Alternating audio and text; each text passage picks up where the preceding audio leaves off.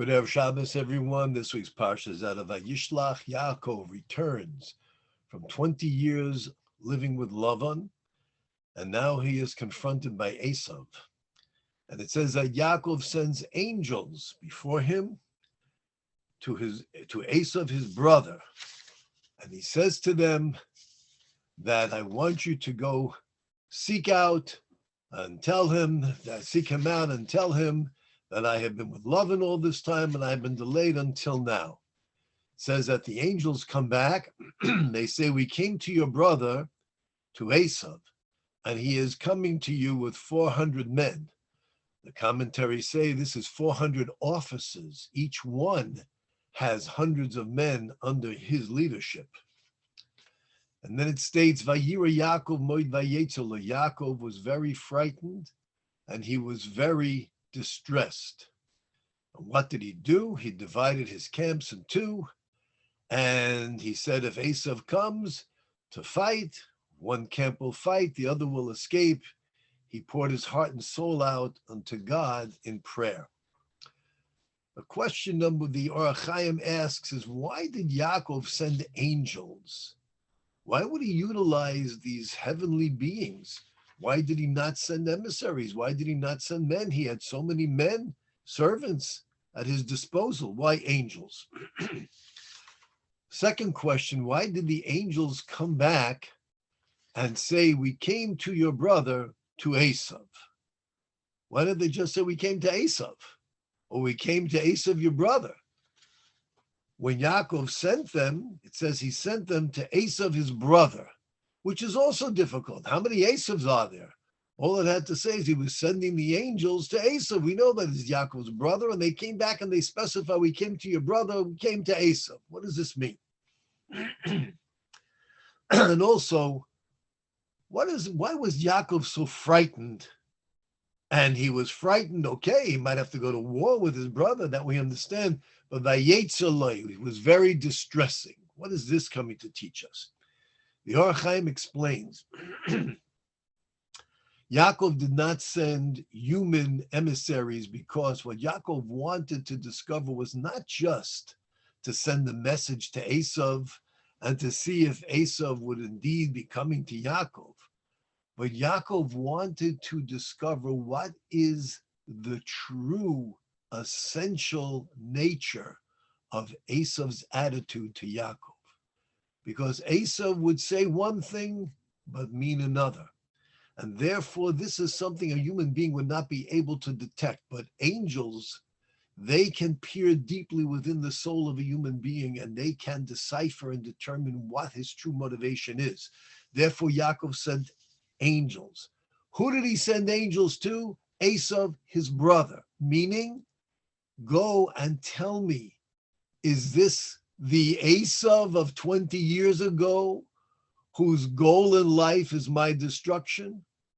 Or is this my brother? Is this somebody that I can live with and function with, and we can have peace and harmony? And the angels come back to Yaakov, and they say, we came to Esav. We came to your brother. We came to Esav. Notice they didn't say Esav, your brother. We came to your brother, to Esav. We came to him, and he is presenting himself as if he would be your brother. Yaakov is coming. Can't wait to see him, my beloved Yaakov. But we are telling you that is a facade. And in his heart and soul, he is Esav, whose sole desire is your destruction. This is what the angels are telling him. Two things. We came to your brother, but he is Esav. And when it says that Yaakov was frightened, yes, he was frightened. He'll have to go to war. Why was it so distressing? Because Yaakov was concerned. How shall I present myself? If Esav is indeed coming to do battle, however, that's a secret. That is a clandestine plan.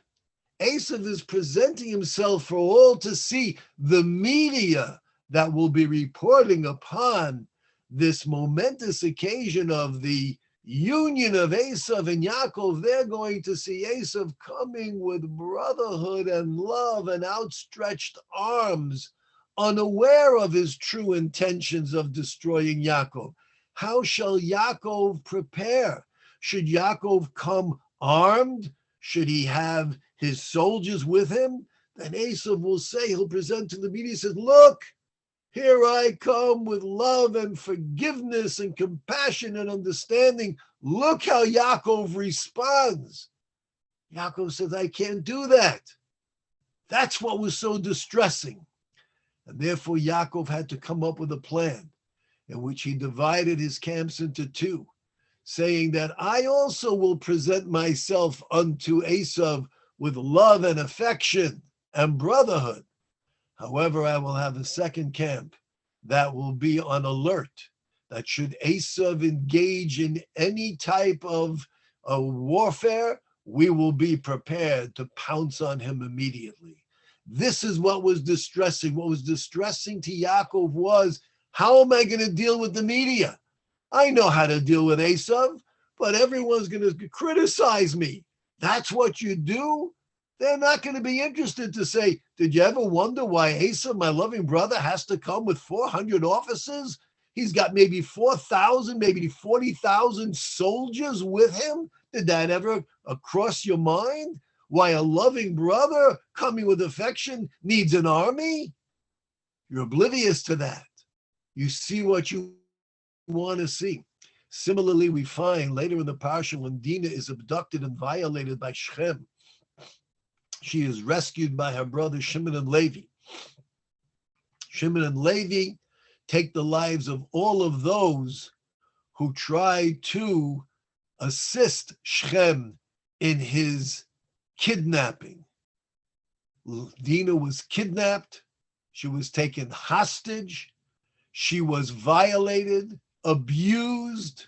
She was rendered impure. And they took vengeance on those who were a party to this. And when they returned with Dinah, Yaakov was critical of them. And he said, why have you muddied, why have you caused my appearance in the eyes of the nations who surround us? They're going to think that we are a warlike people. We come and we slaughter those who stood in our way. Why did you do this? Again, it's interesting. Yaakov didn't criticize Shimon and Levi. How could you take the lives of innocent people? They weren't innocent. They were all a party to the rape, to the abuse, to the kidnapping, to the holding of a hostage. They were all a party to it. Shimon and Levi were 100% justified. Yaakov's criticism was, but what's the press going to say? What's the media going to say? We as Jews, we have to present ourselves not only above and beyond. We know that our critics will never see the truth. They're going to look through the eye of what they consider to be, well, you have to balance and things have to be in proportion. Okay, he took Dinah. We can understand if you killed Shechem, who raped her. We understand maybe if Shechem's father, why do you have to do this to all the people? It's not proportionate. All of those people were a party. They were defending Shechem. They were keeping Dinah hostage. But the media, how are they going to present it? How is it going to look amongst the Western nations, the Eastern nations? This was Yaakov's criticism. The Ramban tells us, we know Maisa Avei Siman Labanim, the incidents and the episodes of our ancestors, our patriarchs and matriarchs. This is an indication of what shall occur in the future.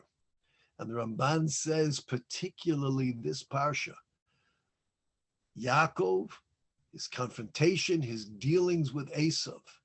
Esav, the fourth and final exile, the destruction of our second temple. This is the Esavs we have to deal with today. And how do we deal with them? Ramban says our sages learned from Yaakov, from our great patriarch, how to deal with Esav. Bribe him, say what we have to say, appeal to his ego, do whatever it takes. Call him my Lord, prostrate before him, do whatever is necessary, but be prepared for the worst.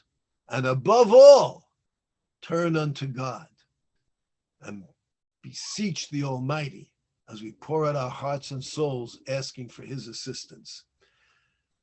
Here too we see the episode of Yaakov in which he's telling his children, in which he himself was distressed. I can deal with Esav. I can deal with the rescue of Dinah, even if it means the slaughter of those who tried to protect Shechem. But what about the media? What about those who tried to say context, justification? These poor people, you don't know what they've been subjected to. Poor Esav. Look what you did to Esav. You understand the trauma Esav has been living with? This is what Yaakov was distressed. But nevertheless, he put his faith in Hashem. And something remarkable happened. That for some reason, Esav was moved by the incredible tribute that Yaakov paid to him, by the wealth of gifts that he gave him, and Yaakov's humbling himself before Esav, and then Esav embraced Yaakov. And Esav said, let's go together. Yaakov said, I've got young children. I can't keep up with you. It'll be too difficult for them. Let me leave some of my soldiers with you. This is not necessary. And the verse says, Vayoshav vayomahu Esav l'darkei seira. Esav on that day took leave. He went on his way. The Ramban says this was an incredible miracle, that Esav took leave, that Esav left Yaakov alone, and he didn't bother him. He just went away.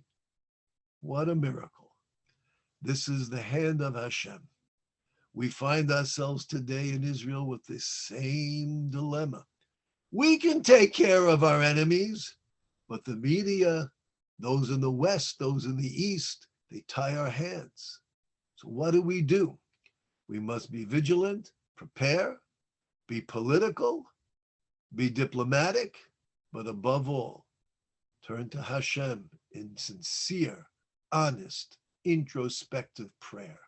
And we too will see that the Esav shall leave us alone, and we should be able to return to our land where we can live in peace and witness revelation of Mashiach speedily in our lifetime. Stay safe, stay healthy, and stay Jewish. Have a good Shabbos.